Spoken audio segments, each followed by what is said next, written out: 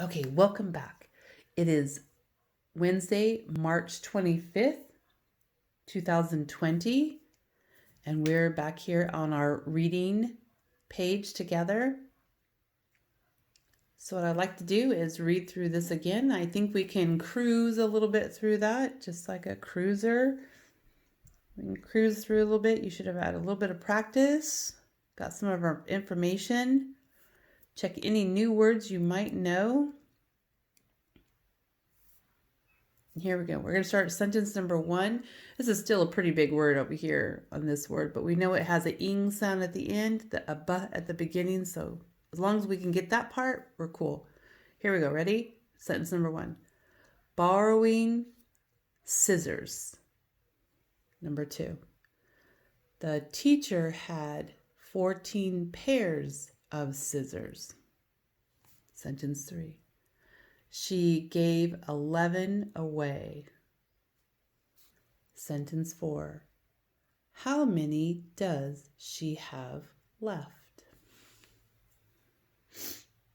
Now, last time we met, we knew she had 14. We put 14 in our 10 frames. We knew she gave away 11. So we crossed out 11 of that for that information. Now we're going to head on down here to our number line. And remember, when we're doing subtraction, we'll always bounce or jump backwards from the number that we're starting with. So what number did we start with? 14. Great. So we're going to put a dot above that, just like in all of our math equations when we're using the number line. And it said that she gave 11 away. So we're going to have to bounce back or jump back 11. Remembering, we don't count this one. We don't count until we jump. Is everybody ready? We're going to count backwards 11 spots. Here we go. 1, 2, 3, 4, 5, 6, 7, 8, 9, 10, 11. When you get there, circle the number you ended up at. If you ended up at 3, awesome, you did a great job. If you didn't, go back and check what you did.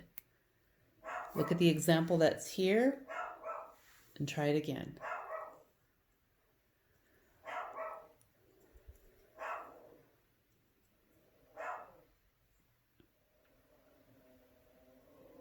Okay. If you're still not quite done, don't worry. Go back and check that later. Use that as a homework piece.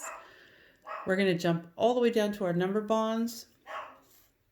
Remember, our number bonds have a captain and 2 co-captains. Okay? So what number always, it doesn't matter what you're doing, what number goes in the captain's chair? You're right. It's the biggest number. It doesn't matter if you're adding or subtracting, multiplying. You've got to put the biggest number in the captain's chair.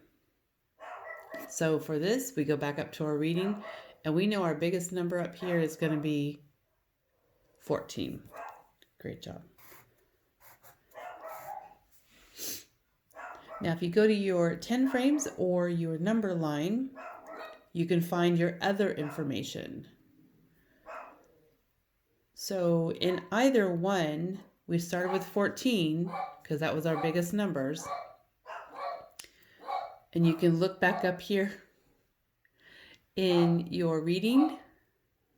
You can check how many we checked off or how many we jumped backwards. So we know we have this number up here, 11. Does it matter what circle it goes in for a co-captain? It does not. And then what was the end information that we had? You're right, number 3. And some of you guys who love to challenge yourselves will make the co-captains work together. And we add them because they need to be adding to this. If they add to 14, we've done it correctly. That's how we check our math. So we tap our biggest number and we can tally the smaller one. Is everybody ready? Okay, here we go. 11, 12, 13, 14. Did you all get 14? Perfect. That's how you're able to check in, see if you did the job. If not, look back, check back up here in your reading, check over here in your 10 frames, your number lines, see if there might be an error, and go ahead and fix that.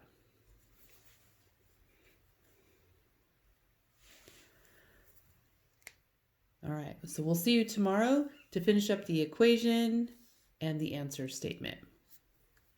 Thanks for watching.